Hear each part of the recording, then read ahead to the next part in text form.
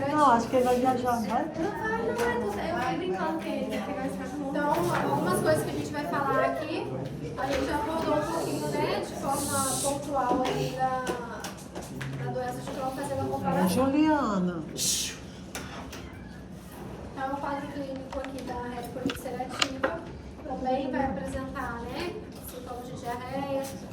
E como nós falamos, aqui na retocolite ulcerativa normalmente é uma diarreia mais de característica inflamatória, que obrigatoriamente vai ter o acometimento do reto e do colo, tá? E aí a gente tem aquela diarreia sanguinolenta, com muco, certo? E o acometimento está restrito à mucosa e submucosa. Então aqui a gente tem... É sobre quadro clínico. Sim. Então aqui, até perdi. É mais superficial, já tinha passado essa fase. bom. É um acometimento mais superficial, né? Só mucosa e submucosa, ao contrário aqui, que é transmural, pega a parede completa na doença de Crohn, tá? Reto e colo. E tem uma boa delimitação entre a área acometida e a área normal, que é o que a gente falou, né? Na reto que a gente já tinha abordado. Na retocolite vai começar o processo de inflamação no reto e é contínuo. Aí, por exemplo, pode ser só reto e sigmoide. Aí para aqui e daqui para frente a mucosa é completamente normal, né? Então essa delimitação entre a área acometida e a área normal, ela é muito nítida na retocolite ulcerativa. Então aqui a gente tem uma diarreia comum com sangue, sintomas de acometimento do reto, como urgência evacuatória, pode estar presente, teresmo, que é aquela sensação de evacuação incompleta, dor abdominal, febre, emagrecimento, fraqueza, astenia, também podem estar presentes na retocolite ulcerativa.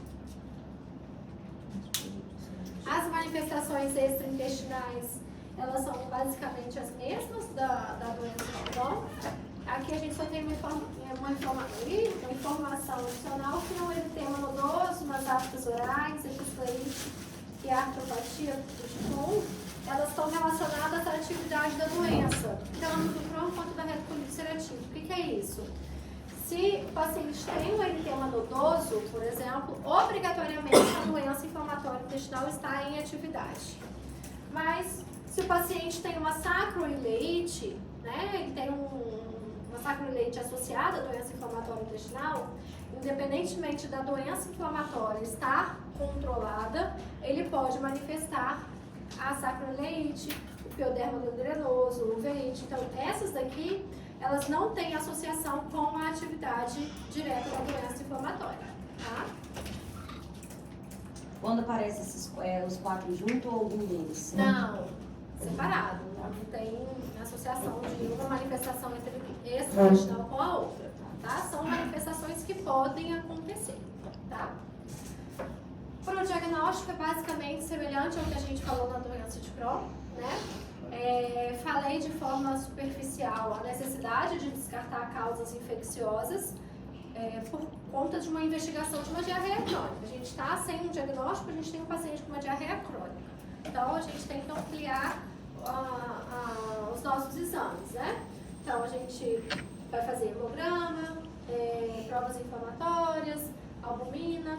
Aqui, né, mais específico para a retocolite, tem o PEANCA, que a gente não vai fazer os marcadores de rotina, tá? Só que se fizer por uma dúvida diagnóstico, é Crohn, é retocolite, aí a gente lança a mão desses marcadores. O PEANCA vai dar positivo na retocolite ulcerativa e o ASCA vai dar positivo na doença de Crohn, tá?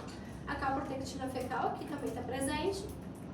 E descartar causas infecciosas, parasitológico, cultura das fezes, investigação de clostridium, né? Pesquisa de toxinas A e B nas fezes para clostridium, micro-organismos atípicos, e podemos lançar mão de raio-x de abdômen se a gente está pensando em um quadro de megacolon tóxico, que a gente vai ver mais à frente. Então, na verdade, esses exames iniciais, eles são semelhantes, né? E através deles, a gente não tem um diagnóstico de é Crohn, é retocolite ulcerativa. A nossa diferenciação de Crohn e retocolite, ela vai se dar com os exames endoscópicos, com os exames histológicos, tá? E com o exame de imagem. exame laboratorial e clínica, dificilmente a gente vai conseguir falar, isso é Crohn ou isso é retocolite. Pode direcionar para uma coisa ou outra. Tá aparecendo mais uma doença de Crohn, tá aparecendo mais uma retocolite ulcerativa. Mas esse diagnóstico final, ele vai ser através dos exames endoscópicos, histológicos e de imagem. Desculpa. A não ser, por exemplo, que o paciente já tem uma fístula. Né? Se ele tiver uma fístula, ele tem doença de Crohn. Tem essa situação. Retocolite não tem fístula, não tem abscesso, tá? Por quê? Ele acomete superficialmente, tá? Só mucosa e submucosa.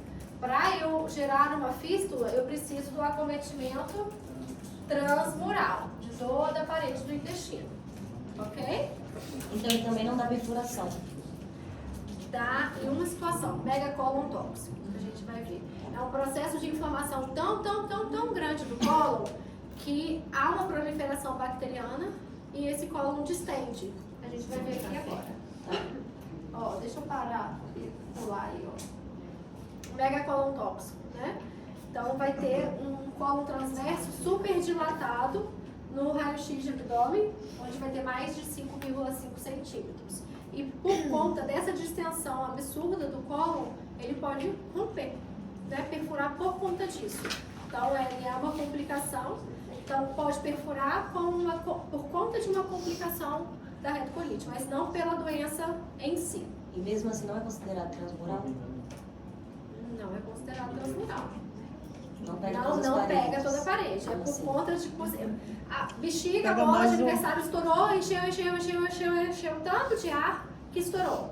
É isso que acontece com o megacolon tóxico, tá? Depois a gente volta aqui. Exame endoscópico. Então, a gente vai fazer a colonoscopia, né? Tem um acometimento simétrico e contínuo, começando no reto. Tem a perda do padrão vascular. Então, normalmente, a mucosa...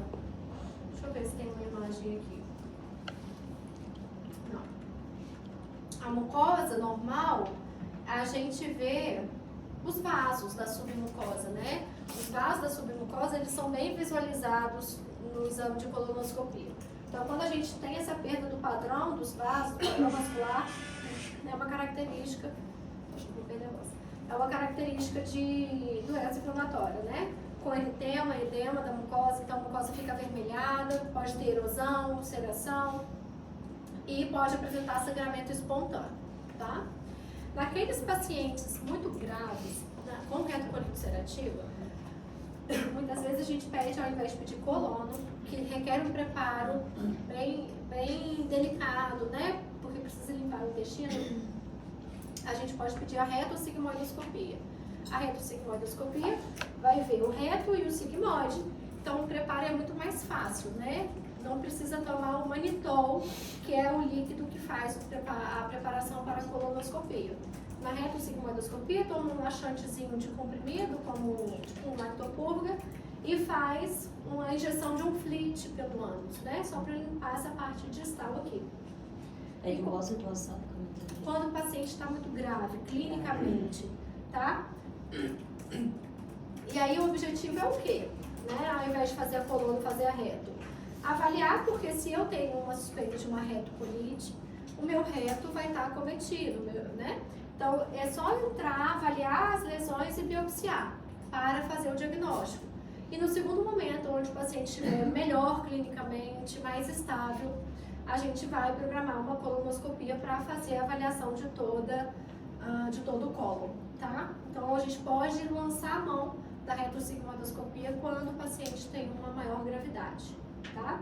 Essa maior gravidade está relacionada ao quê? A um quadro inflamatório importante, gerando até mesmo uma resposta inflamatória sistêmica. O paciente pode estar taquicárdico, hipotenso, tá? Por conta do processo de inflamação. Então, a gente fez a colono, ou a retossigmoidoscopia, a biópsia foi realizada no processo inflamatório. Quer que pegue água pra você? Vou deixar, vou sobreviver, tá quase. Não, pega um copinho. Pegar ali pra você. Posso falar? Posso continuar? Pode. E aí no histopatológico, minha voz tá acabando.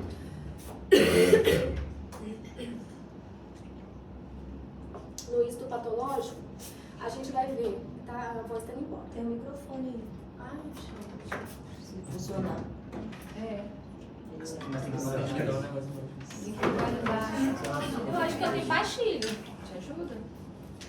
Ah, né? Agora a gente Tem uma cachaça aí também. Não, cachaça não. Pode ser.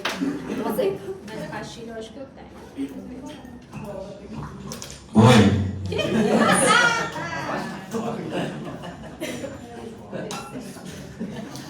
Ah, professora, desculpa. Aqui não. Ah, sacanagem. Tá na minha bolsinha de casa. Ali, professor, É, tem uma esperava. house ali pra te dar, ó. Isso aí piora. Ah, essa é Isso aí boa. piora. É verde. Ah, não, piora? Essa é aquela de muito. Piora a voz? Piora, Por quê? piora. Só porque é o açúcar? Inflama mais? Não. Não tem açúcar sem açúcar, não. Por que piora? Eu ouvi falar.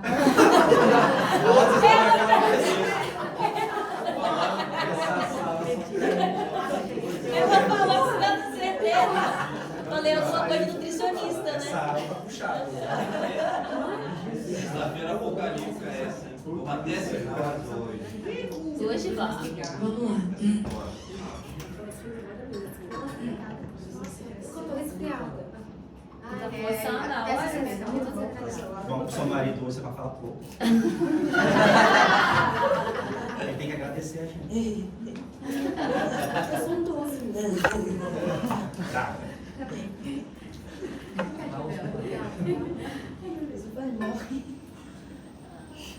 Paciente hoje. Coitados. Ah, mas eu gente, semana passada eu já voltei. Não posso pensar, não. Não, você vai resolver rapidinho. É uma boa. Não vai ficar enrolando. Faz um resumo. Passa um montado, eles estão acostumados já assim, ó. Tem um erro. Quem vai estar hoje comigo? Quem vai estar hoje?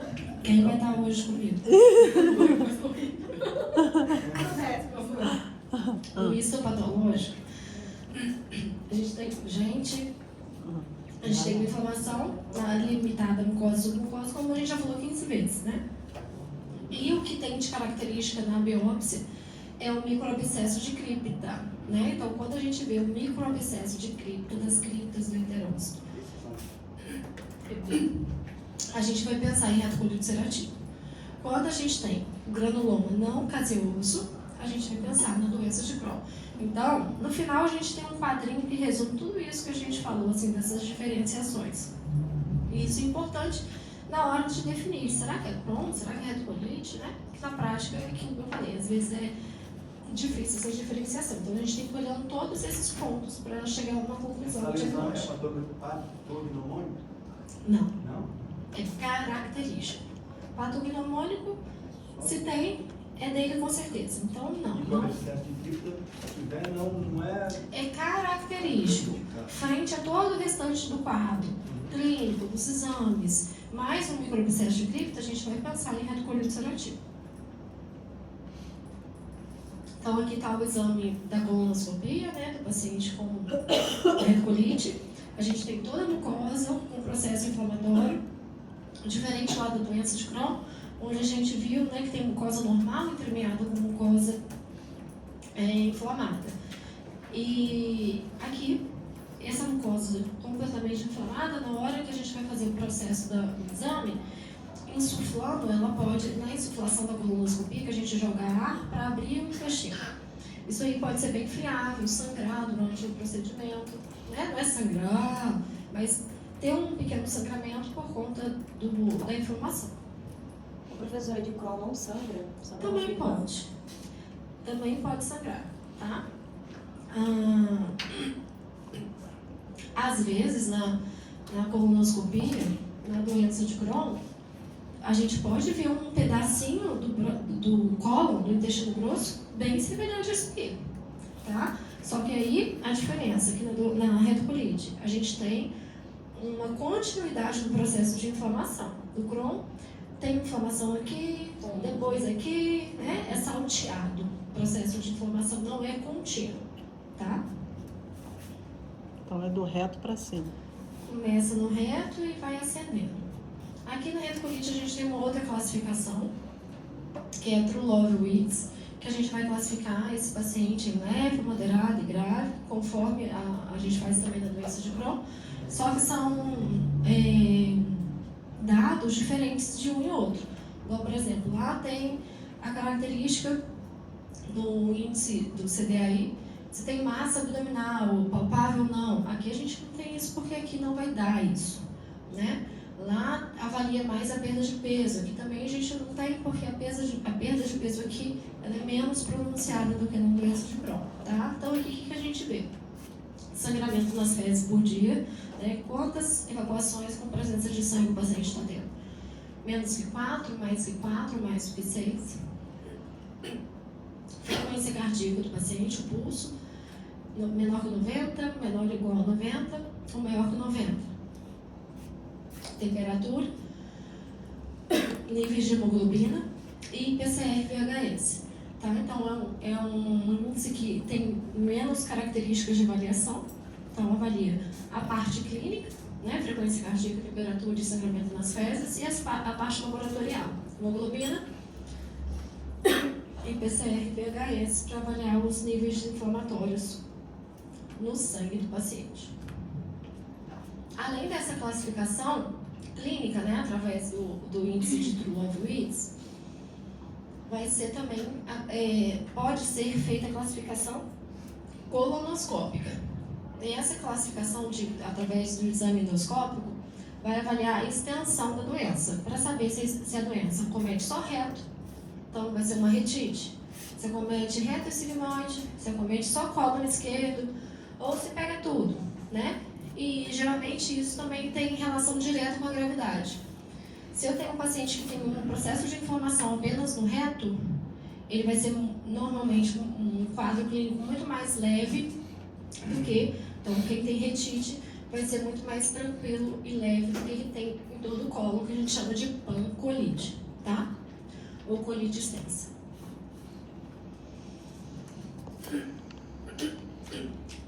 Então aqui a gente tem proctite, ou retite, onde tem um processo de inflamação apenas no reto, uma retosigmoidite, reto e sigmoide, cólon esquerdo, né, uma colite distal ou colite esquerda, e uma pancolite, onde tem acometimento de todo o colo, até a região do seco, tá? E de complicação, a gente pode ter um sangramento importante. Então, normalmente, se a gente tem um acometimento do cólon, tanto na retocolite quanto na doença de Crohn, pode ter hemorragia digestiva baixa secundária a esse processo de inflamação. Então, na doença de Crohn, pode ter também se tiver o cólon acometido, tá? O intestino grosso acometido. A colite fulminante, megacólon tóxico, que pode levar à perfuração, e displasia e câncer coloretal.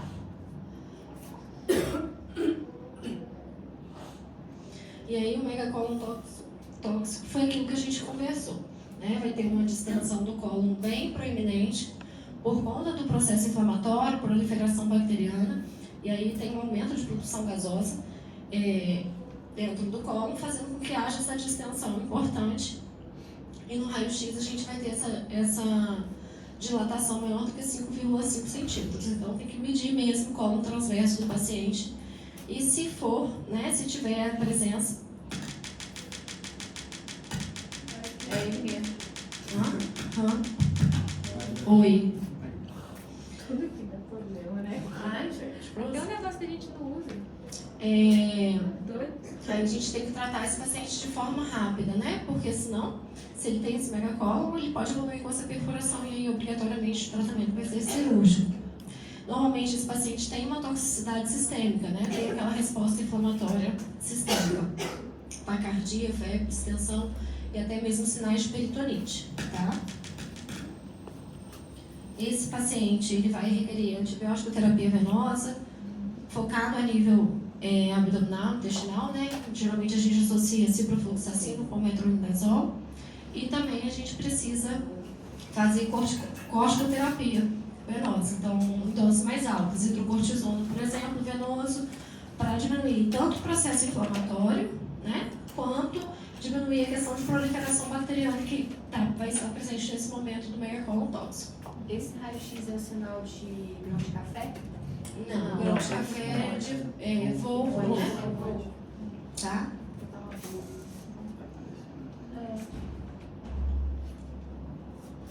E o nosso tratamento vai depender da extensão dessa doença. E da extensão. É por causa da mão. Aí. Acho que é o calor aí. Quando eu tomo aqui menos outro.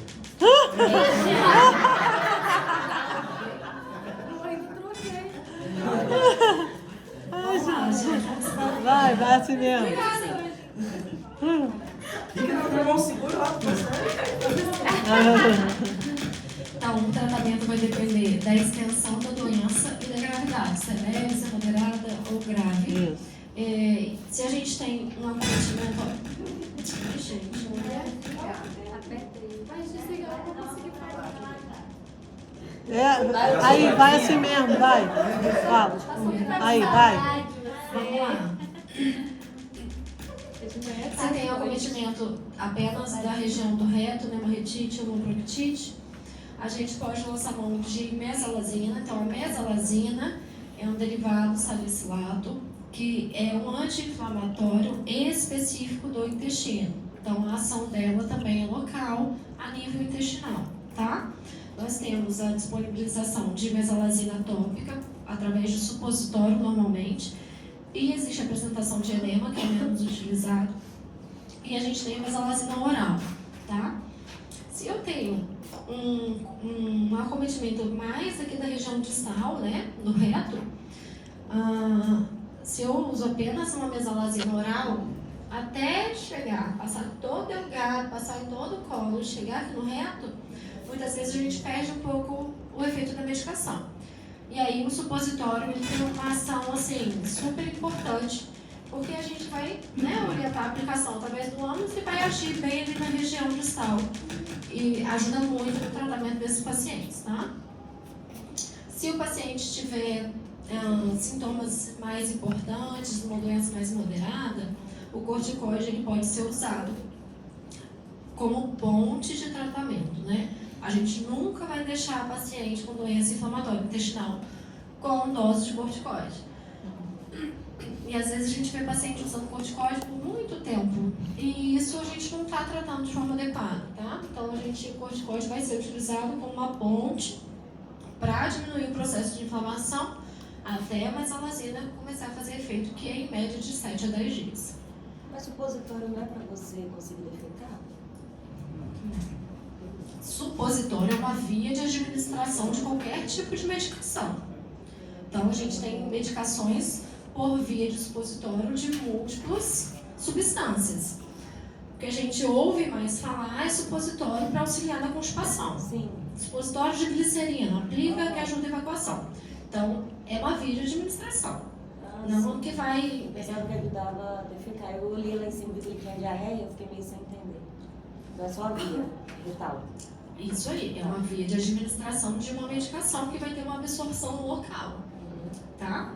Então, a gente tem vários tratamentos que pode ser administrado por via retal, que vai ser absorvido aqui, tá? Dúvida muito pertinente, porque às vezes muita gente tem uma pergunta. A colite esquerda extensa, né? Normalmente a gente vai ter acometimento reto, sigmoide, colo esquerdo. Aí a gente sempre vai avaliar a gravidade da doença, como a gente já falou. Mesalazina tópica e oral, mais corticoterapia, só para tirar o paciente da crise. Esse corticoide a gente faz normalmente 1 mg por quilo, tá? Uma dose imunossupressora. Geralmente a gente usa dose máxima de 60 mg e aí depois a gente vai desmamando, tirando devagarinho o corticoide. A gente não pode tirar de forma rápida, tá? E se o paciente tiver uma gravidade importante, né, lá na nossa classificação, o paciente tem uma doença grave, a gente tem que internar esse paciente e fazer corticoide venoso junto com a associação, né, da mesalazina, que vai ser o tratamento posterior desse paciente. Na doença grave, de qualquer extensão, então a gente sempre vai internar o paciente. Então vamos lá para a gente voltar ao que seria uma doença grave. Então, tem sangramento nas fezes, mais de 6 evacuações, o paciente está taquicárdico, o paciente está febril, tem um nível de hemoglobina baixo, né? Então quer dizer que ele está tendo um sangramento volumoso, tá? Então, hemoglobina menor do que 10,5 e provas inflamatórias muito mais altas, né? PCR e VHS bem elevado. Então, isso é um paciente que não dá para a gente tratar em casa e esperar ele melhorar daqui a 10 dias, porque ele pode evoluir para uma colite fulminante, tá? E entrar em um quadro de resposta inflamatória sistêmica, muitas vezes um quadro séptico, decorrente da doença inflamatória dele, que no caso a gente está falando da retocolite ulcerativa. Então, esse paciente grave, a gente sempre vai interná-lo para tratar.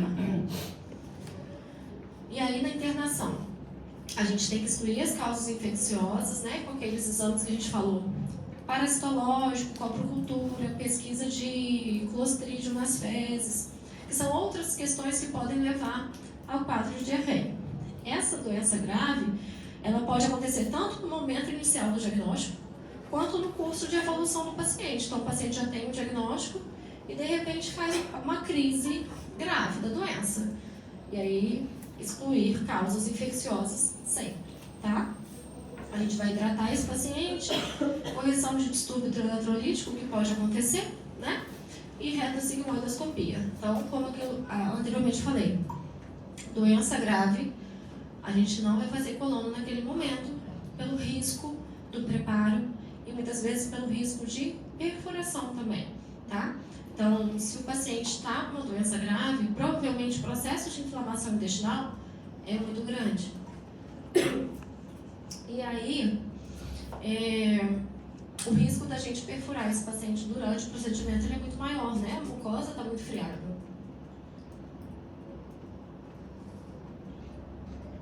E isso daí vai trazer mais complicação do que ajudar o paciente, né?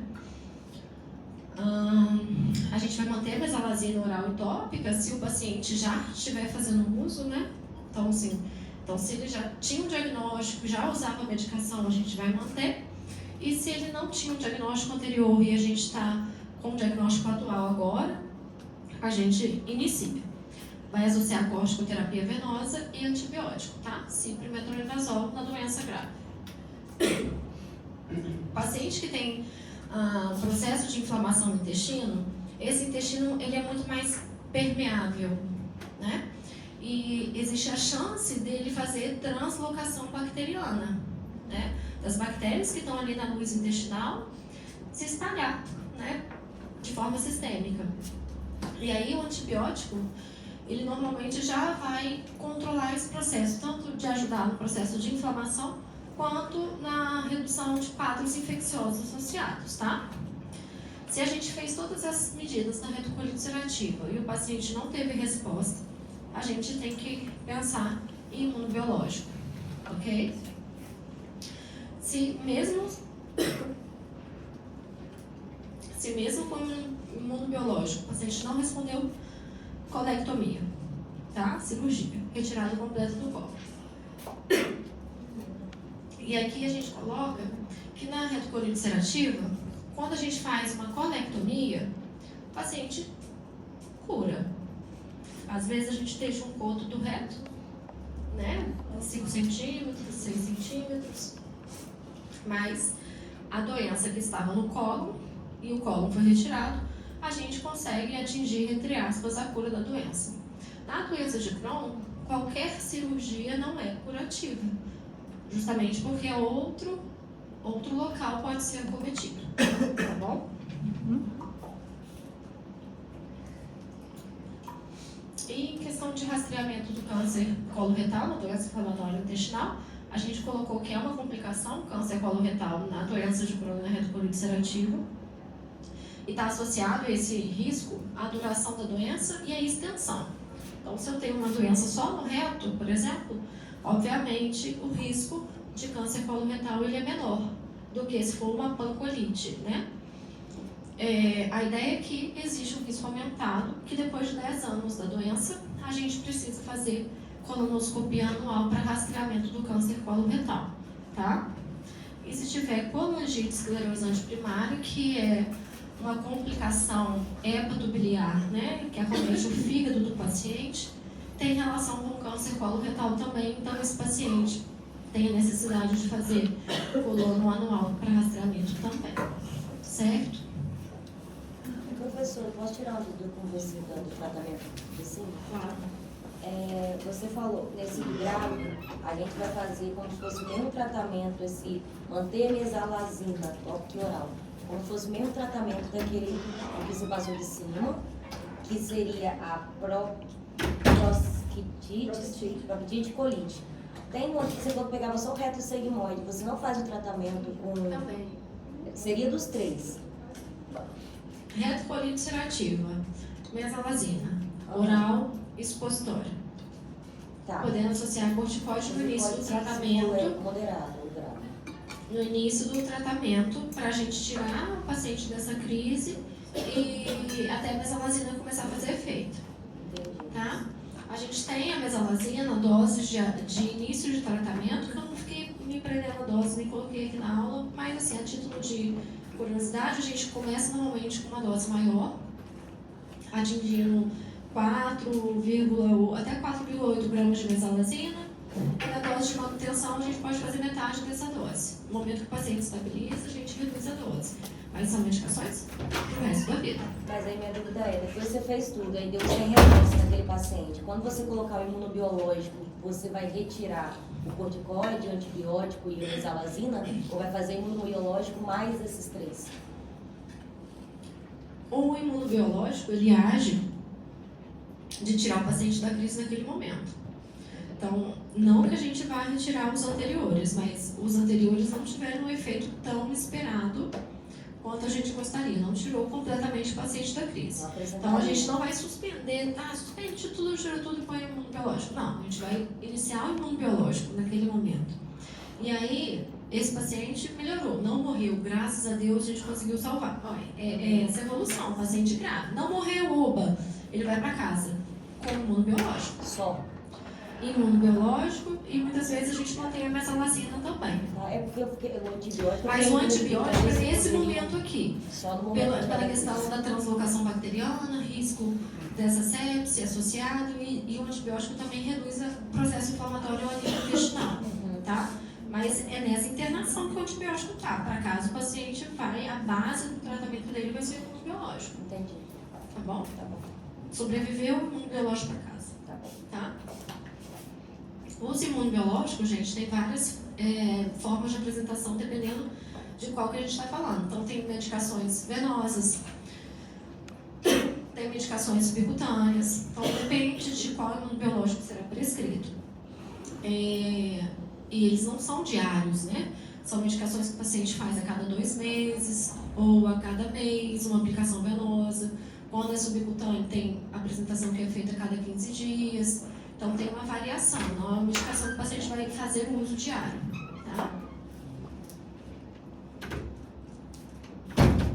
Então, aqui pra gente dar uma resumidinha, a doença de Crohn, ela tem acometimento saltitante, né? Acomete um trecho, depois passa um trecho do cólon, né? Uma parte do cólon de aspecto normal, outro região de acometimento, delgado, acometido também, com uma estenosezinha aqui.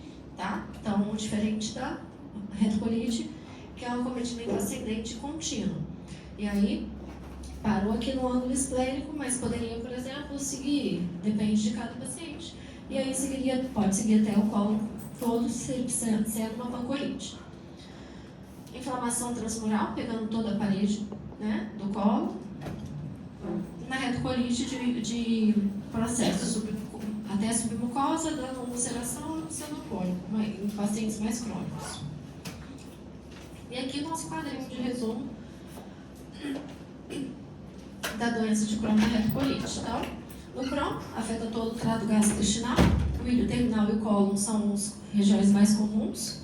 Na retocolite, apenas no reto e no colo, como o próprio nome diz, retocolite. A inflamação no Crohn, ela é transmural e segmentada. Na retocolite, início do reto, com áreas contínuas sendo limitada a mucosa e submucosa. Sangue nas fezes na doença de Crohn ela é menos frequente, geralmente vai estar visível se tiver processo de inflamação no colo. Na retocolite ulcerativa, frequentemente a gente vai ver sangramento. Complicação no Crohn, abscesso, fístula, estenose, doença perianal, perfuração. Então, até que essas complicações elas são secundárias ao acometimento transrenal, tá? Anemia, diminuição de absorção de nutrientes. Na retocolite, pseudopólipo, diminuição da elasticidade do cólon, muitas vezes forma um cólon bem rígido pelo processo de fibrose, e hemorragia também uma complicação. Aspecto da mucosa característica seria pedra e calçamento, na doença de Crohn, e na retocolite ulcerativa a gente tem edema, hiperemia, erosão e ulceração. E os anticorpos, ASCA no Crohn e Bianca na retocolite. Isso daí cai muito em prova de residência, ASCA e Bianca, para vocês saberem. Então, ASCA, isso aí. Já ouvi. ASCA do Crohn, sim Crohn, Bianca, não Crohn. Facinho, vocês nunca esqueceram, tá?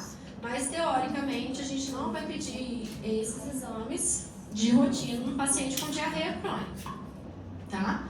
Então a gente tem uma possibilidade de doença inflamatória intestinal. Não sabemos qual é, estamos na dúvida. Ah, mas como que pode ter uma dúvida, professora? Assim, a gente viu várias características, né? Às vezes, na prática, a gente não tem todas elas muito bem estabelecidas. Igual, por exemplo, uma doença, uma retocolite ulcerativa que pega todo o colo, uma pancolite, e gera processo de inflamação aqui no seco. Às vezes, existe uma extensão da inflamação para o hilo terminal. Na retocolite ulcerativa. Isso aí é o detalhe do detalhe, que não é assim para vocês levarem para a vida, mas só para justificar que às vezes tem um cadinho de inflamação aqui no ilho, na válvula, mas por contiguidade aquela inflamação da retocolite. E aí, caramba, será que isso é Crohn ou não? E aí, isso aqui ajuda muito a gente, tá? Um abraço, fique com Deus, bom final de semana. Não, um negócio que a gente estava falando da aula, do trabalho, que foi perguntado em relação ao trabalho, que a ideia é que tem uma roda de conversa de hepatite viral. Talvez, por vocês terem mais grupos, né? São 7 grupos, eu acho, né? 6? Então, pode ser que a gente estenda o tema um pouquinho, além de hepatite viral, colocar para um grupo uma hepatite alcoólica, que é uma abordagem que a gente faria aqui em sala de aula, para não dividir muito hepatite, porque é muita gente, senão fala uma palavra e acabou, né? Então, eu acho que não faz muito sentido. E talvez, vou sentar e ver quantas aulas exatamente a gente tem, quanto que a gente tem de conteúdo certinho, a possibilidade de fazer essa roda de conversa, roda de debate dessas hepatites. Pensei talvez a possibilidade de fazer online a roda. Não a aula aqui, tá? Mas vou tentar definir certinho. Na próxima aula a gente clareia tudo isso para a gente terminar direitinho. Tá bom? Tá bom. Excelente. Bom fim de semana para vocês. Obrigada, você também.